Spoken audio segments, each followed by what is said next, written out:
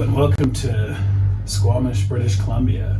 You're joining me on Viking.TV for At Home in Canada.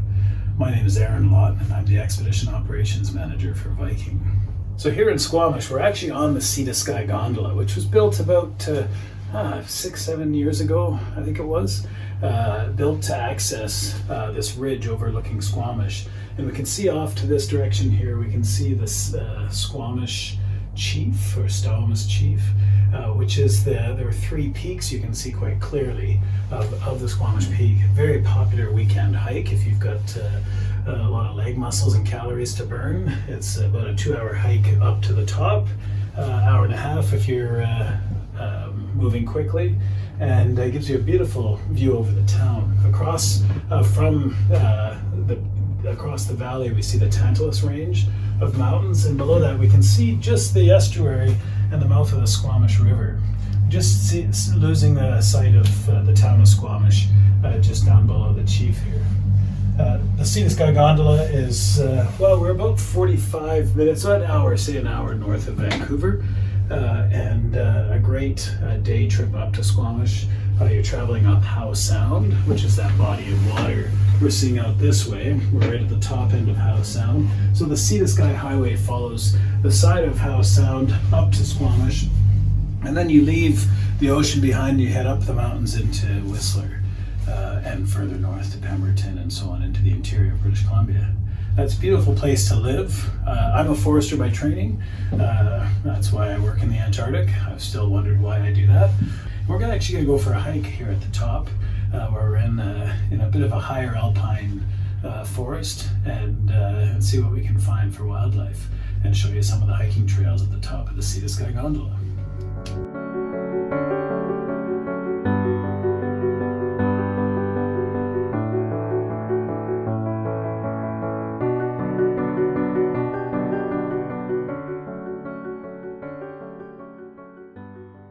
My passion for the wilderness started in my youth and has led me to the polar regions, but also to study physical geography and forestry in an attempt to increase my understanding of all that I experience in nature.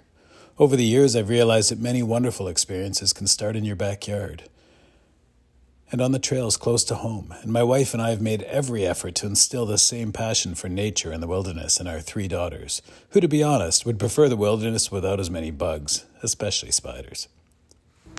I think hiking in a new place and getting out for a walk, even if it's not a serious mountain hiking trail, but a nice interpretive path like this one, is a great way to get to know a region. And really, this is my backyard, so I do know a lot about this area, the wildlife, the plant life in this area. But coming to a new area, there's a couple of tools you can use, and of course you've seen my binoculars, and we always have binoculars on the expedition ships in all the cabins, so you can bring your binoculars ashore when you're hiking so that you can get a better view of something, whether it be plants at a distance or bird life or wildlife. But the other thing that, and I'm going to say this, I am a big fan of leaving technology behind, but at the same time there are a couple of great tools that technology allows us to have, and so in my pocket I have what some people call a cell phone, an iPhone.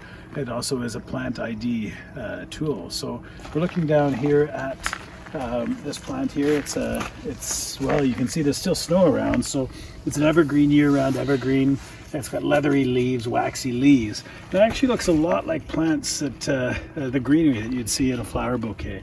But in fact, in our region, florists do use the leaves of this plant to fill out the bouquets and to add color to a bouquet. So we can, using an app called iNaturalist, which I find quite useful when I'm traveling to new areas, is opening up the app, use my camera, take a picture of the plant, and try to get a picture that shows the shape of the leaves, maybe the pattern of the leaves. Are they opposite? Are they alternate? Shows the edge of the leaves. So we're going to take this picture of the leaves and try to get me out of the frame here. It allows me to use the photo or retake the photo. And then there's a section on what did you see? So view suggestions. So it looks up based on the other photos that have been taken in this area of similar plants and plants that are known to be in this, visually similar, and it gives a couple of options: oval leaf blueberry, northern highbush blueberry, but we know the leaves are too big for blueberry, but it gives an option of salal, Gualteria chalone, and that's what this is called salal. And so we can select the salal and then share that we've made this observation here, and actually pretty quickly, sometimes within hours or usually within a day or two, a naturalist or a botanist in the region will have confirmed your sighting or suggested an alternate sighting. And I find that's a really interesting way to learn about an area, is to identify some of the plants and start to learn about it that way. So that's a great tool for having a mobile phone with you and some of the apps downloaded before you come into a new region.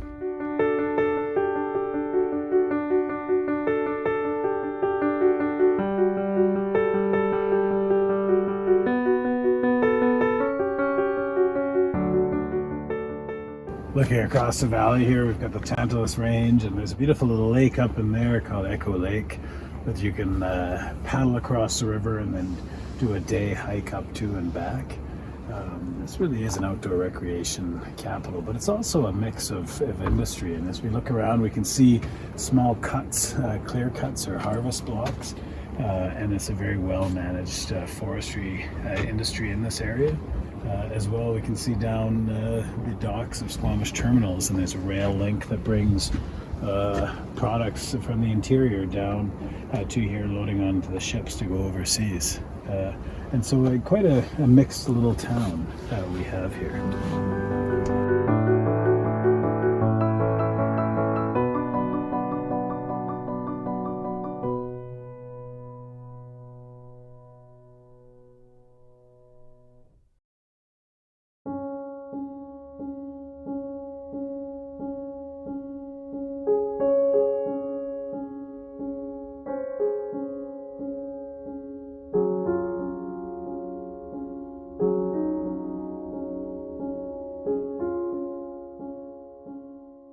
A short drive down the Sea to Sky Highway takes us into North Vancouver into the Capilano Suspension Bridge. This is one of the many fabulous outdoor tourist destinations in the Vancouver area, and without taking anything away from the museums and art galleries of Vancouver, I'll focus more on the outdoor experiences that this city has to offer.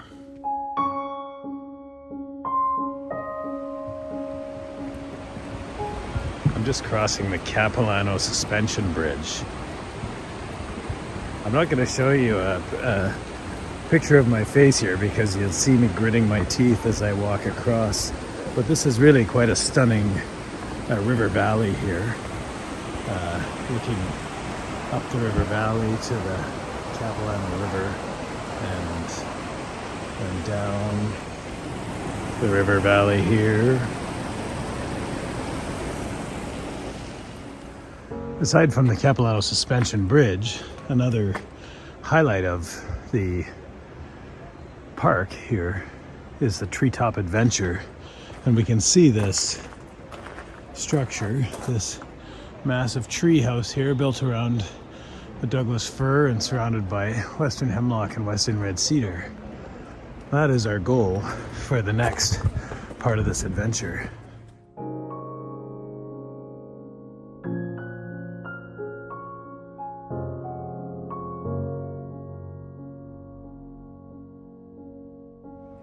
This canopy walk here takes us from tree to tree, on suspended bridges from one platform to the next, with a great view. We start off about 6 or 7 meters above the ground here, and it looks like we're going to get quite high up into the canopy as we stay up at this level, but the slope drops below us. It's interesting to get a look higher up into the canopy of this forest. We're seeing a dead western hemlock here, and even the dead trees in the forest provide a lot of habitat for the wildlife. Burrowing birds and owls might be in those trees, nesting in those trees. Those trees will be a haven for insects, which of course will be where woodpeckers and flickers are going to feed. And it just is part of the backdrop of the forest. When they fall down in a natural forest ecosystem, that dead tree becomes sort of almost habitat on the ground. I studied forestry in this area, and this forest type, the coastal western hemlock forest, is especially an important part of my study at the University of British Columbia. So it's fascinating to be up here to see partway up the stems of trees to see what the life is like and see what the bark looks like, and even the spacing of the branches on the tree crowns.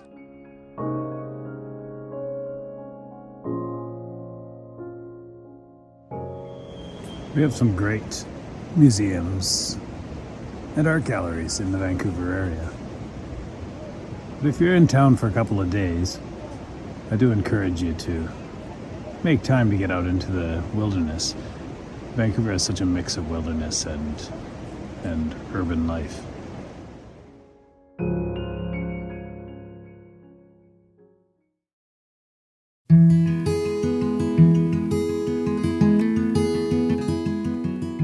Burrard Inlet, where Vancouver Harbour separates North Vancouver from Vancouver itself, and the Lions Gate Bridge joins the two cities. Crossing the bridge takes us directly into Stanley Park, a 1,000-acre forested park located just a short bus or taxi ride from the cruise ship dock in Vancouver and from many of the downtown hotels. The land was set aside in 1886, and Stanley Park was opened in 1888, with the goal of maintaining a natural and intact forest in the downtown area. The land had been inhabited by First Nations of the Coast Salish peoples for thousands of years before that. A stop at the totem poles in Stanley Park is a must-see, both from the appreciation and acknowledgement of the First Nations culture in British Columbia, but also for the artistic value and historic value of these massive carvings.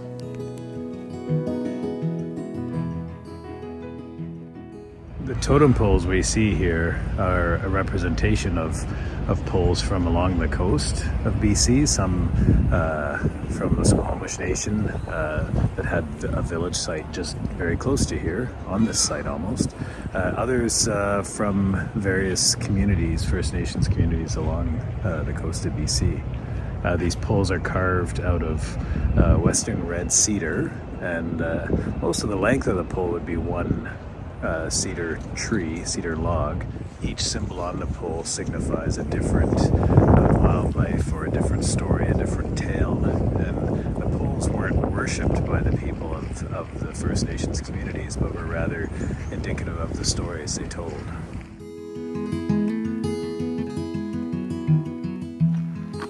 As you can probably see, my dominant place of refuge really is the forest. When I'm not on a ship and in the polar regions or some of the fabulous destinations we go, in my backyard I'm looking for the wild landscapes, the quiet places where you can hear the birds and you can see the wildlife.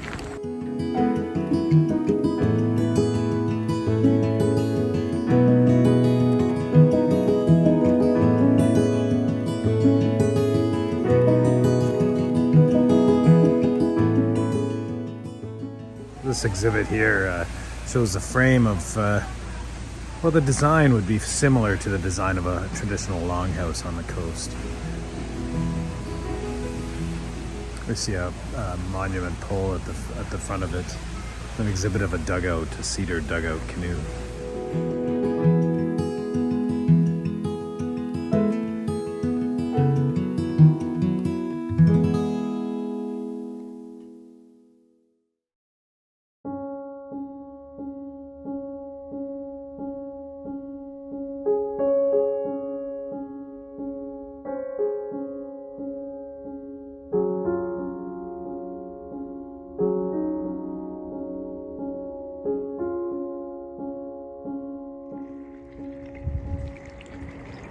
We're here on Howe Sound, just at Porto Cove Provincial Park. Howe Sound was recently declared a UNESCO World Biosphere Reserve.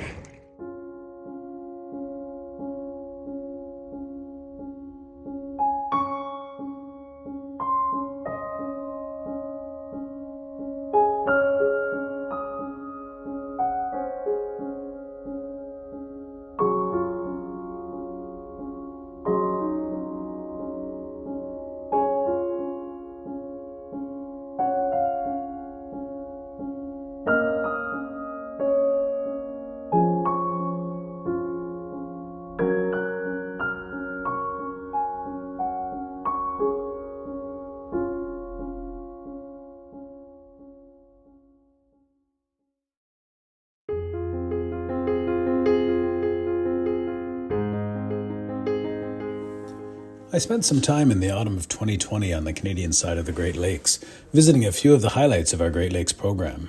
Thunder Bay was one of these highlights. As one of our turnaround ports on the Great Lakes, Thunder Bay is on the western shoreline of Lake Superior and considered the head of navigation for the Great Lakes.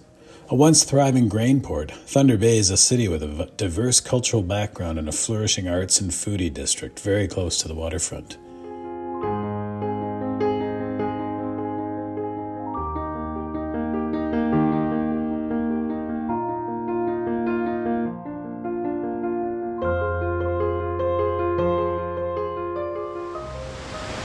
Capilano Falls, about 45 minutes from Thunder Bay. A nice little boardwalk stroll around the falls. You can cross a footbridge above them, upriver of the falls, and view it from both sides. And really quite fantastic viewing. I'm here on an autumn day. It's overcast and very, very light drizzle, and yet I couldn't imagine it being more beautiful.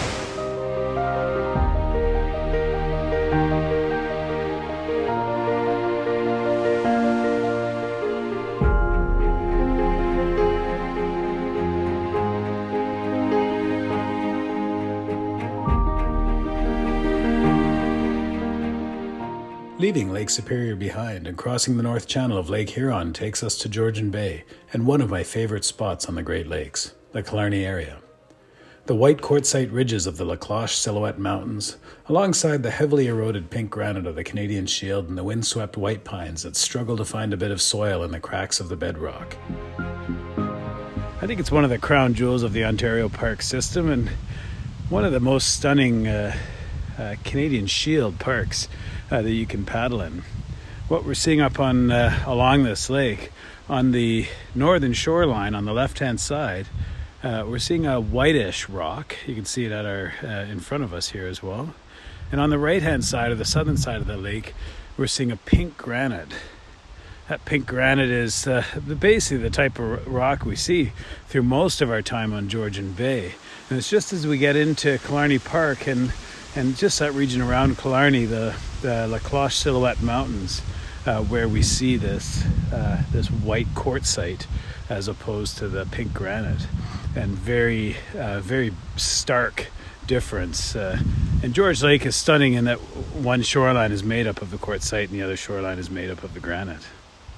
We can look around to the west here and down. We're seeing some of the autumn colors. This is October 1st in Killarney Park, and we're looking at a boreal forest, a mixed white pine, looking at maples and oak, and some alder as well down in there, and just a stunning scenery.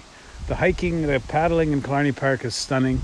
We have a couple of hiking trail options as well that we highly recommend if you're in the Killarney Park, if you choose to go out to Killarney Park on your day in Killarney. Killarney is known as a canoe tripping park. It's a wilderness park, and there are sites in the front country, drive-in campsites, but also it's an incredible network of lakes. You can do up to about a 10-day canoe trip in this park, going around the park, taking your time on each lake. You can, a speedy canoeist can probably do the circuit in about 4 days or so, but that's not really taking time to enjoy the park.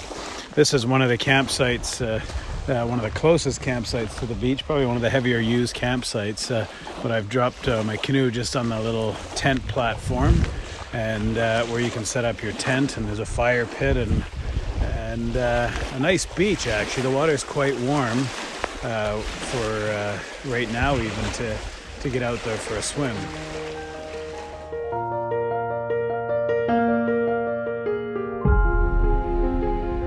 Here on the Chickenishing Creek Trail in Killarney, looking out at Georgian Bay, and Collins Inlet is the body of water, and Philip Edward Island is out there. There's a lot of offshore islands that make up the most fantastic paddling and boating territory here on the north shore of Georgian Bay. But if we look a little closer in this place we're on bedrock, the pink granite bedrock of the Canadian Shield that forms the North Georgian Bay shoreline. And what's really fascinating is we can have a geomorphology lesson here just in standing in one spot. Geomorphology is the study of landform development. And glacial geomorphology is the study of landform development as a result of glaciation. And we're seeing some pretty cool glacial geomorphological features here. Just in the foreground, we can see what these sort of scuff marks across the rock. And they go in a few different directions, but generally they're all going to be traveling in a direction here. And we can see them just down in here, those little scuff marks. And if you want to picture what's happening there, think about scuffing your foot across a freshly waxed floor. And your foot sort of scuffs along. Well, then picture a rock under a glacier, just a loose rock that's been pushed along. It's embedded in the bottom of the glacier and it's scuffing along the surface. And as it scuffs, it chips the rocks up, it chips the bedrock. The other interesting thing, I think, and you can see a lot of those features just here in front of me. The other thing is, if you look sort of closely, you're going to see striations, lines going in, all in sort of parallel to each other. There's one there, and those lines are striations, and they really show the direction that the glacier moved. You can see a lot of chatter marks along here as well, just in there. There's a long chatter mark there. And so these lines are showing the direction, and so that's other scouring action of sediment under the glacier being pushed along and just scouring the rock. And then the other thing we see that's I think is a really fascinating glacial feature and makes the Georgian Bay shoreline so special is all the weathering of the rock, the molding and shaping, and that's high pressure water flow under the glacier. It's the scouring, the abrasion of the rock from the sediment under the glaciers, and it makes for the most fantastic shapes as we hike in this area. From the lookoff on the Granite Ridge Trail, we get a great view to the north towards the La Cloche Silhouette range of mountains, those white quartzite ridges. And we see the boreal forest in its autumn splendor, the colors, the reds and oranges of the oaks and maples and the yellows of the aspens.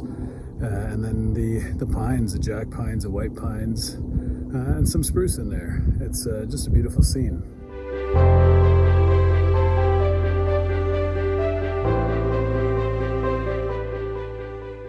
As we have virtually traveled across this wonderful continent, I've enjoyed sharing my hometown as well as a few other spots of interest in this wonderfully diverse landscape of Canada. My focus in travel has always been the less traveled places and the plants, wildlife, and landforms that make these places unique. I hope that I've shared a few bits of this interest and perhaps even sparked some curiosity within you over the course of this episode of At Home in Canada on Viking.TV. I hope also that perhaps I've shown you that we can find pockets of wilderness even close to our urban centers. To visit these great places on the Great Lakes voyages, have a look at our expedition voyages and specifically the Great Lakes Explorer and our Undiscovered Great Lakes Voyage. To venture into Vancouver or even up the Sea to Sky Highway to Squamish, I would recommend a pre- or post-voyage extension in Vancouver before or after one of these trips, the North Pacific Passage, the Pacific Coast Explorer, or the Alaska and Inside Passage voyage. Thank you for taking the time to tune in with us today, and I look forward to the opportunity to sail with you on board one of these fabulous itineraries at some point in the future. Until then, fair winds and following seas.